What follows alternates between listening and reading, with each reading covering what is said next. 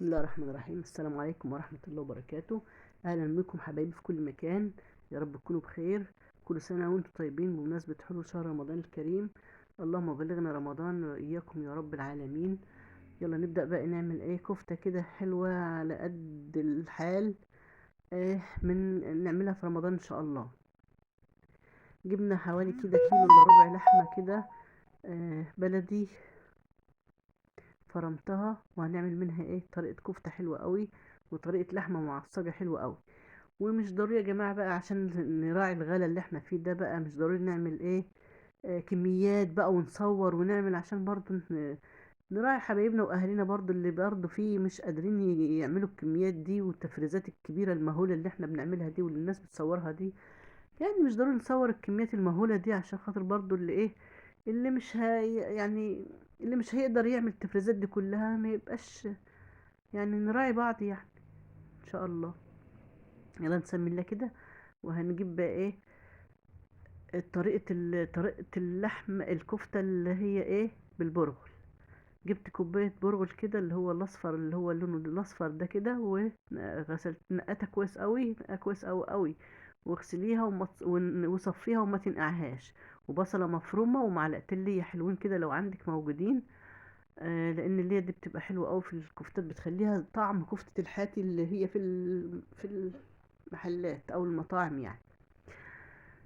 بعد كده بقى هنعجنهم في بعض، البصلة مع اللية مع البرغل، واحطهم في التلاجة حوالي كده نص ساعة. هتحس بقى ان هما بقوا عجينة كده، يشربوا من طعم بعض كده ويبقوا حلوين. وبعد كده بقى نجيبهم كده بقى نعجنهم اهو. تعجنيهم عادي يعني عجين لحد ما وتحطوه بقى في التلاجة لمدة نص ساعة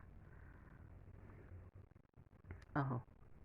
كده تمام. هنحطهم في في التلاجة لمدة نص ساعة، وبعد كده نطلعهم. دي اللحمة المفرومة اهي. بعد كده بقى هنطلعهم بعد نص ساعة كده في التلاجة. اولا هنطلعهم، بعد كده هنجيب رغيف تبليه، رغيف عيش عادي او عيش فينو طويل او اي حاجة تبليه.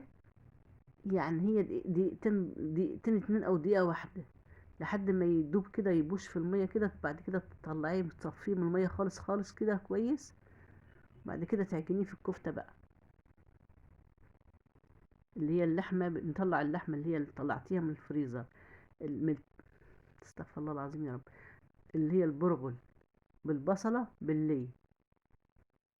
وبعدين الرغيف اللي بلتيه كده وصفتيه من المية، واللحمة وكلهم بقى تعجنيهم في بعض كده. حطينا الرغيف وحطينا اللحمة المفرومة اهي، حوالي ربع كيلو لحم. كده بقى بتضعف الكمية وتعمل كمية كبيرة اوي من الكفتة. كده عجناها خالص لحد ما عادش اثر للعيش خالص.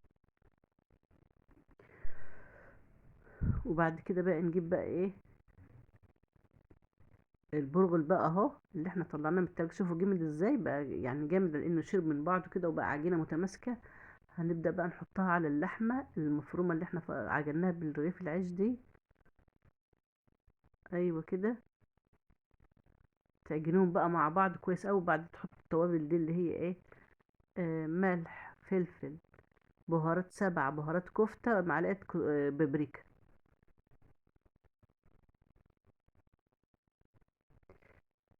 بهارات الكفتة، بهارات السبع بهارات دي اللي هي جنب الفلفل دي. انا بجيب بهارات حصى من عند العطار، وبضربها في المطحنة بتاع الخلاط، كمية على بعضها كده. مثلا حصى.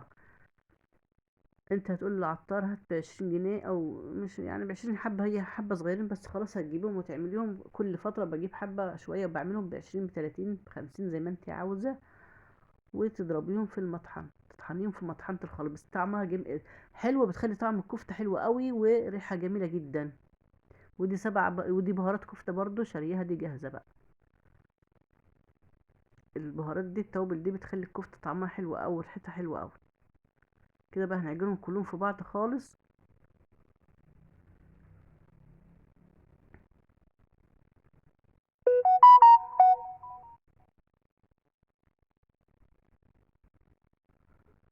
اهو. تنك بقى تعجنيها لحد ما الأنسجة كلها تبقى عاملة زي الخيوط كده، تحس انها زي الخيوط كده خالص. لان العجينة دي بتخليها حلوة ومفتحة وحلوة، العجن الكفتة يعني بتخليها مفتحة وحلوة وتبقى هشة كده، ما يبقاش الصابع مكتوم ولا حاجة. اهو. بعد كده بس هتحطي معلقة دقيق بس تربط الكفتة عشان ما تبقاش يعني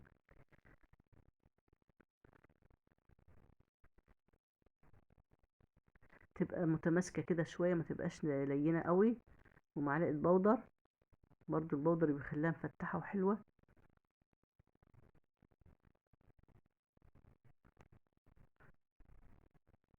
بس عجنيها بقى كده، وبعد كده بقى ايه، نصبعها بقى ونوريها لكم ان شاء الله.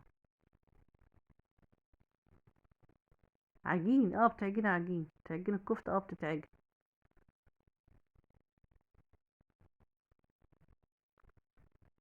اهو، نفس الشكل ده كده.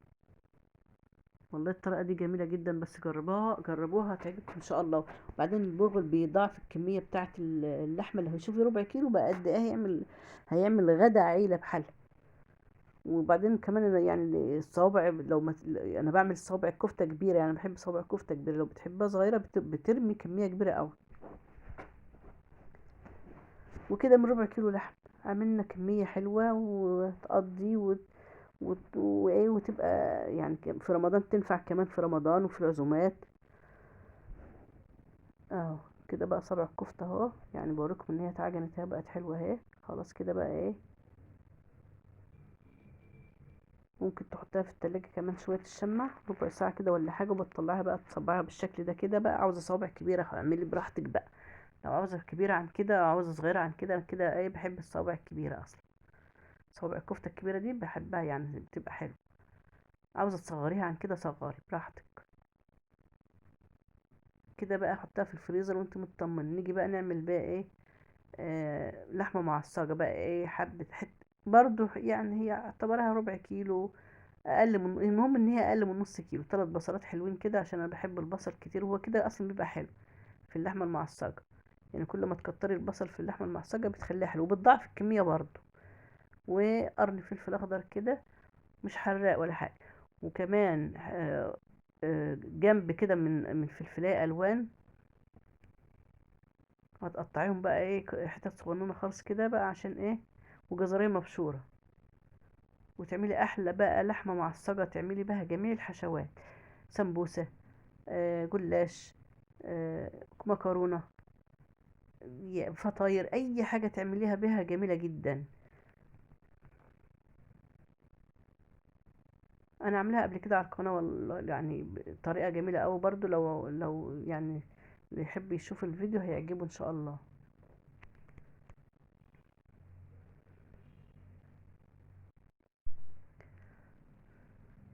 كده قطعنا الفلفل الاخضر، هنقطع برضو الفلفلايه الالوان الحلوه دي،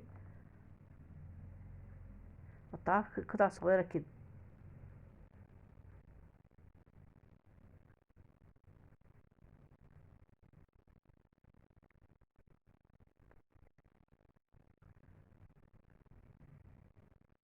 يعني الفلفل ده بيبقى طعمه حلو قوي مش عاوزه تحطيه في اللحمه المعصجه، ما تحطهاش، بس انا بقول لك يعني على حاجات تزود الكميه معاك، يعني ترمي كميه اكتر. يعني احنا مثلا في الغلا ده، يعني حته لحمه صغيره مثلا، ومش حاسه انها مش هتكفي تعملي بيها مثلا حشوه حاجه، ممكن تزوديها بقى فلفل، جزر، تكتري البصل شويه،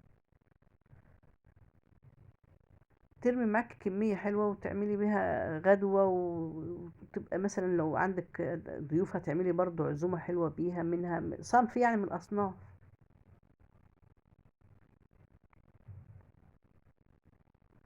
اهو كده تمام اهو. اهو فرمنا البصل، اللحمة، الفلفل، الجزر. هتيجي بقى نحط البصل على النار الأول، في طاسة على النار، تحط البصل الأول، السمنة الأول، اللحمة الأول. دي حاجة بقى براحتك، يعني كل واحد. بس يعني ممكن تحط البصل الأول يعمل الريحة الحلوة دي، وبعدين تحط اللحمة، وبعدين تحط السمنة. يعني البصل بالسمنة يشربوا من بعض كده، قصدي البصل باللحمة تحطيه، وبعدين تحط السمنة، وتسيبها بقى لما تتعصق خالص اهي بنفس الشكل ده كده. البصل ده كله بقى ايه هيستوى، يبقى مش هيبان كبير كبير كده ولا حاجه في اللحمه، ما تقلقيش يعني. اهو. بعد كده بقى يدخل في السوا كده، تقوم حاطه بقى المكونات اللي هي بقى ايه،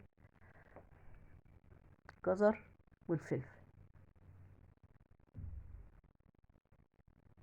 يعني انا سايباها ايه تتعصج براحتها كده. شوفي بقى دخلت في السوا خالص اهي. حطيت بقى ايه ورقتين لورا كده، وفصين فصين 3 حبهان. ومكون حلو قوي برضه هتخليها حلوه ولها طعم وريحه كده. فص مستكه. ومعلقه الصلصه دي ما تنسوهاش، بس انت طبعا مجمده طلعت من الفريزر، نسيت اطلعها قبلها بفتره يعني. فهي كده كده هتسيح في اللحمه، ما تقلقوش. ونحط الجزر بقى اهو. الجزرية ما تخافوش يعني، ما مش كبيرة الجزرية ولا حاجة، هي بتستوى، ما بتستوى ما بتبانش. بس بتدي طعم حلو وتسكيرة حلوة أوي للحمة المعصجة. وفي أي حشوات بقى تبقى جميلة. اه ده بس فص مستكة واحد بيدي طعم وريحة حلوة أوي للحمة المعصجة. كده تمام اهو. شايفين الجزر بقى بدأ يستوي خالص اهي. بعد كده احط معلقة بابريكا. البابريكا دي حلوة قوي، مدخنة تقريبا اه. معلقة بابريكا، مش عاوزة تحطيها ما تحطيهاش، بس حلوة بتدي لون حلو. وده بقى البهارات بتاعتي اللي انا بجيبها من عند العطار حصى، وبعملها في المطحنه. حلوه قوي. جربوها هتبقى حلوه وطعمها حلو وريحتها حلوه، بتدي طعم حلو قوي مميز كده وحلو للكفته والحاجات دي. وانا بحطها في كل حاجه. ودي معلقه بهارات كفته بقى، بهارات قصدي بهارات لحمه. دي كلها بتدي، دي اضافات كلها بتدي طعم وريحه حلوه للتعصيق. مش العصاق، مش التعصيق، العصاق. ده 4 حبات عشان تبقى عديهم، عشان تبقى تطلعيهم بعد كده. دي معلقه فلفل اسمر الاساسي يعني. شمي بقى الريحة بقى الوقت جميلة.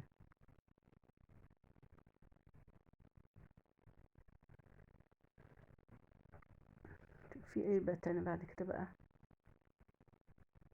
اه الملح، نسيني الملح، معلقة ملح صغيرة. بعد كده بقى اخر حاجة خالص الفلفل. عشان الفلفل مش عاوزينه يستوى وما يبانش في قلب العصاق كده، لا. يبقى شكله تحس بقى هو ايه، تحس ان بقى ان هو شكله زي ما هو كده ومستوي. بيبقى حلو قوي. كل ده بقى كل دي اضافات بتزود العصاج بتاعك. لو كمية اللحمة عندك صغيرة، هي الاضافات دي بتزودها بقى. شايفين؟ شايفين شكلها جميل. اخر حاجة بقى خالص بحب احط قرنفل في العصاج. مش عاوزة تحطيه براحتك، بس هو بيبقى حلو يعني، بيدي كل حاجة بتحطيها بتدي اضافة، بتبقى حلوة اوي وبتدي طعم حلو. احنا عاوزين الفلفل بقى يبقى بالشكل ده كده، ميبقاش مهري اوي في قلب اللحم. كده تمام خلاص، كده استوت اهي. هنبدأ بقى ايه، نسيبها تبرد وبعدين نعبيها في اكياس ونحطها في الفريزر لرمضان ان شاء الله. مش ضروري بقى نعمل كميات ونصور بكميات ومش عارفه ايه، نصور حاجه حاجه كده. نراعي شعور بعضنا يعني. اهو جبناهم بقى حطيناهم في اكياس بعد ما طلعت الحبهان والورق اللورا اللي فيها. وبردت خالص، عبيتها في اكياس كده بقى وحطيتها ربعتها كده، عشان ممكن تاخدي من الكيس وتحطيه تاني لو مش عاوزه الكميه الكبيره على بعضها يعني. كده تمام اهي. اهو. اللي حشواتها جميلة جدا وطعمها حلو وريحتها لها ريحة جميلة أوي. جربوا بس الطريقة دي هتعجبكم. ودي الكفتة اللي عملتها برضو بس كنت عاملاها قبلها بيوم. اهي تلجت اهي. اهو مالهم كمية حلوة اهي. مالها لازم نصور بقى كميات مهولة كده لا.